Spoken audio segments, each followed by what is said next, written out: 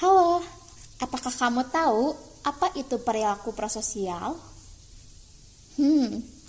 Kamu belum tahu. Kok bisa sih? Tapi gak apa-apa, sini aku kasih tahu ya, apa sih perilaku prososial itu? Definisi perilaku prososial.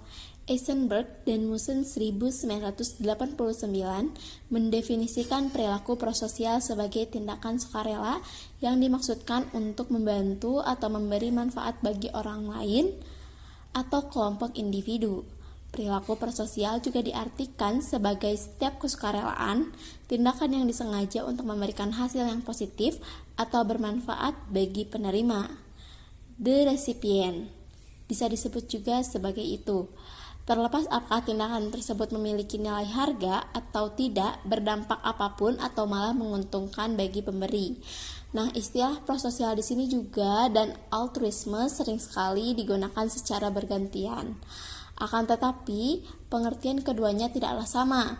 Nah, para peneliti ini menggunakan istilah perilaku prososial untuk menjelaskan perilaku membantu, berbagi, dan perilaku positif lainnya yang terlihat disengaja dan sukarela, serta dapat memiliki motif yang ditentukan, tidak diketahui, atau tidak altruistik. Lalu, apa sih penyebab atau gejala dari perilaku prososial ini? Nah, perlu teman-teman ketahui bahwasannya penyebab atau gejala dari perilaku prososial ini terbagi menjadi dua faktor, yaitu yang pertama ada level mikro dan yang kedua ada level meso. Baik, yang pertama yaitu ada level mikro. Pada level mikro ini dijelaskan bahwa fungsi disposisional yang membuat individu cenderung melakukan perilaku prososial, serta adanya perbedaan individual yang dapat menjelaskan permulaan munculnya kecenderungan prososial pada manusia. Nah, dalam level mikro ini terdapat 6 poin yang dimana yang pertama yaitu ada pendekatan evolusioner dari perilaku prososial. Yang kedua, faktor biologis yang terdapat struktur neurologis dan hereditas. Yang ketiga, ada empati. Yang keempat, ada proses perkembangan individu. Yang kelima, ada kepribadian. Dan yang keenam, ada kelekatan dan hubungan. Baik, yang pertama di sini ada pendekatan evolusioner dari perilaku prososial. Nah, terdapat dua perspektif dalam pendekatan ini, yaitu inclusiveness dan kin selection, dan juga ada altruisme resiprokal atau bisa disebut juga sebagai timbal balik. Nah, yang pertama di sini ada inclusiveness dan kin selection. Melalui teori kin selection ini, prososial terjadi karena adanya tujuan untuk mempertahankan generasi kita ke generasi selanjutnya. Menurut Baron dan Branscombe 2012, ini membuat individu memiliki keinginan lebih kuat untuk menolong orang lain yang memiliki ikatan dekat daripada yang tidak terhubung dengan individu itu sama sekali. Lalu yang kedua di sini ada altruisme resiprokal. Perspektif revolusi pada altruisme resiprokal dapat membedakan menjadi resiprokal langsung, direct, dan tidak langsung, indirect. Ini yang memunculkan resiprokal tidak langsung, indirect, reciprocity, dan jenis timbal balik ini berdampak pada peningkatan kohesivitas kelompok dan kepedulian pada orang lain. Lalu di sini yang kedua ada faktor biologis atau bisa disebut juga sebagai struktur neurologis hereditas. Nah, dalam faktor biologis ini terdapat 3 poin. Yang pertama yaitu ada struktur syaraf dan mirror system, yang dimana dua sistem ini mendukung perilaku prososial, meskipun juga memiliki fungsi selain prososial, yakni mirror system dan theory of mind, atau disebut juga sebagai TOM. Mirror system aktif ketika manusia melakukan observasi terhadap orang lain yang terlibat pada beberapa aktivitas, sementara itu TOM aktif ketika individu menentukan pemaknaan pada tindakan. Lalu yang kedua di sini ada fungsi hormon atau juga disebut juga sebagai oksitosin. Nah, selain fungsi sistem otak tersebut, terdapat pula sistem hormonal, khususnya hormon oksitosin yang dihasilkan oleh kelenjar hipotalamus yang terkait dengan sejumlah tindakan prososial, termasuk diantaranya adalah aktivitas positif seperti ikatan ibu, laktasi atau bisa disebut juga sebagai menyusui, aktivitas seksual, dan hubungan sosial dasar.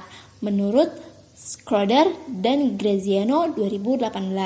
Lalu yang ketiga di sini ada hereditas atau warisan genetik.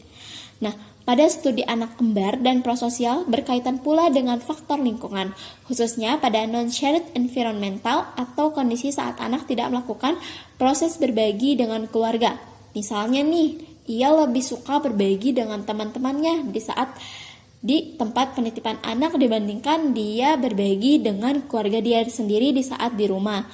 Nah, kontribusi genetik ini pada perbedaan respon prososial diteliti pada studi anak kembar. Nah, makanya kenapa warisan genetik ini lebih studinya kepada anak kembar. Baik, lalu selanjutnya di sini yang ketiga ada empati. Empati adalah cara merespon distress orang lain dengan emosi yang sama. Nah, empati ini termasuk sebagai proses di level mikro.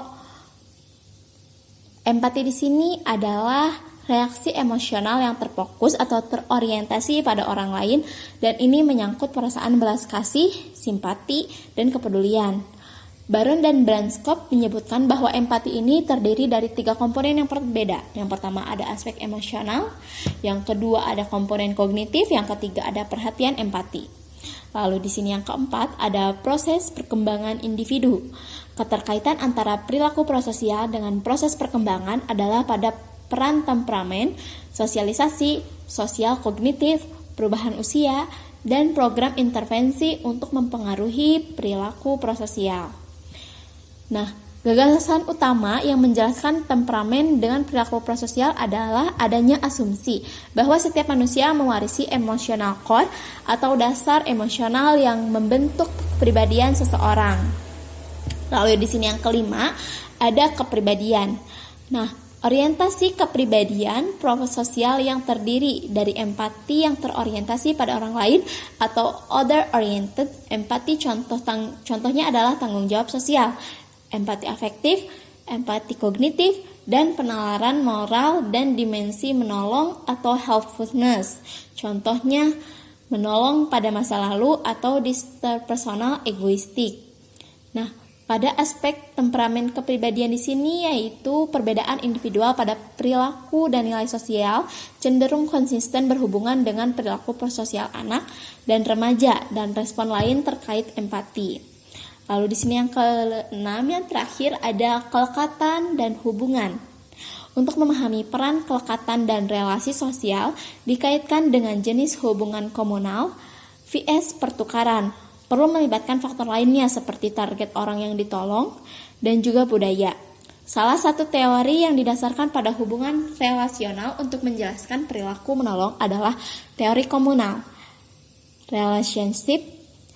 Nah, penjelasan mengenai teori komunal ini yaitu dengan ciri berkebalikan dengan hubungan pertukaran, yakni kurang pentingnya biaya dan imbalan. Namun, demikian tidak selalu pada masyarakat komunal. Perilaku prososial lebih baik. Terdapat sebuah studi yang dibandingkan perilaku prososial anak-anak dalam kelekatan dan hubungan ini.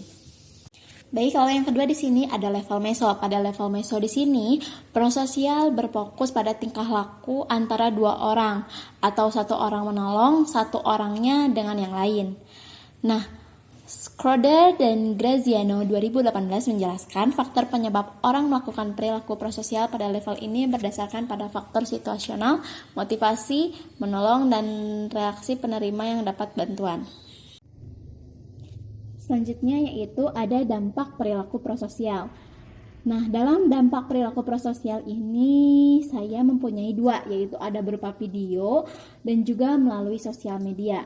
Nah, dalam dampak perilaku prososial berupa video ini, di mana perlu teman-teman ketahui bahwasannya di Indonesia ini tayangan televisi hampir setiap hari menampilkan konten-konten yang sebenarnya kurang sangat mengedukasi gitu.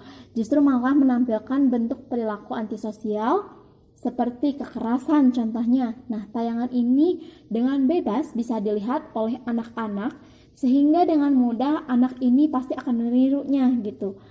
Hal ini senada dengan pendapat Seto Mulyadi yang mengemukakan Anak-anak cepat menirukan apa yang dilihat baik di dunia nyata maupun apa yang ada di elektronik, contohnya yaitu seperti televisi. Jadi, dampak perilaku prososial berupa video ini sangat kurang mengedukasi gitu. Jadinya, dalam perilaku prososial ini dampaknya itu sangat buruk. Nah, lalu yang kedua di sini ada dampak perilaku prososial melalui sosial media. Nah, dampak dari perilaku prososial melalui sosial media ini bermanfaat, yaitu dapat memberikan bantuan yang dapat berupa saran, masukan, informasi, ilmu, dukungan, tenaga, waktu, doa, makanan, barang seperti baju layak pakai, print out materi atau catatan, bahkan nih uang yang dapat digunakan oleh orang lain dan menjadikan situasi atau kondisi orang lain menjadi lebih baik. Aspek-aspek perilaku prososial. Eisenberg dan Muson dalam Dayakisni dan Hudaniah 2012 menyatakan aspek-aspek dari perilaku prososial antara lain. Yang pertama yaitu ada berbagi. Berbagi di sini yaitu kesediaan berbagi perasaan dengan orang lain dalam suasana suka maupun duka. Lalu yang kedua di sini ada kerjasama. Kerjasama di sini yaitu kesediaan untuk bekerja sama dengan orang lain demi tercapainya suatu tujuan. Contohnya yaitu saling menguntungkan, saling memberi, saling menolong, dan menenangkan. Lalu yang ketiga di sini ada kejujuran. Kejujuran di sini yaitu suatu bentuk perilaku yang dilakukan dengan perkataan yang benar adanya dengan keadaan sesungguhnya tanpa menambahkan atau mengurangi informasi yang ada. Yang keempat di sini ada menyumbang, suatu tindakan di mana seseorang dapat memberikan suatu barang dalam bentuk material kepada orang lain berdasarkan permintaan ataupun kegiatan dan kejadian yang membutuhkan. Yang kelima di sini ada kedermawanan. Suatu perilaku yang dilakukan atas dasar kesadaran diri sendiri dan menunjukkan rasa kemanusiaan karena telah memberikan sebagian hartanya kepada sekelompok individu lain yang membutuhkan. Lalu yang keenam ada menolong. Kesediaan untuk menolong orang lain yang sedang dalam kesusahan. Contohnya, yaitu menolong untuk membantu orang lain memberikan informasi data, menawarkan bantuan kepada orang lain, atau melakukan sesuatu yang menunjang keberlangsungan kegiatan orang lain. Lalu yang terakhir di sini ada mempertimbangkan kesejahteraan. Yang dimana di sini memberikan sarana untuk individu lain dengan tujuan memberikan kemudahan dalam semua urusannya, serta memiliki rasa peduli kepada individu lain dengan cara mau mendengarkan masalah yang diceritakan individu lain tersebut. Baik, lalu di sini yang selanjutnya ada solusi perilaku prososial. Nah, dalam solusi perilaku prososial ini dikemukakan 5 tahapan solusi. Yang pertama yaitu ada memperhatikan bahwa sesuatu sedang terjadi. Nah, kesediaan ini merupakan langkah awal dalam diri seseorang. Lalu tahapan yang kedua adalah mengintegrasikan situasi dan memperkirakan jenis bantuan mana yang dibutuhkan oleh kejadian itu. Nah, interpretasi di sini sangat dipengaruhi oleh seberapa banyak dan macam apakah seseorang dapat menangkap konteks keseluruhannya. Lalu yang ketiga di sini ada mengasumsikan tanggung jawab personal. Nah, kekaburan tanggung jawab terjadi karena banyaknya orang lain selain dirinya. Keterbatasan kemampuan diri akan menahan seseorang untuk menapak ke proses selanjutnya. Sebaliknya nih, kalau misalnya seseorang tidak ada lagi selain dirinya yang mampu diharapkan dapat memberikan pertolongan, maka dinamika lebih lanjut akan terjadi. Lalu yang keempat di sini ada dinamika ini adalah pemilihan jenis bantuan yang diberikan. Nah, hal ini dipengaruhi oleh pengalaman dalam kejadian sebelumnya. Lalu yang terakhir di sini ada tahap implementasi bantuan. Nah, pada fase ini secara nyata si pelaku sudah benar-benar melakukan tindakan prososial ataupun sebaliknya.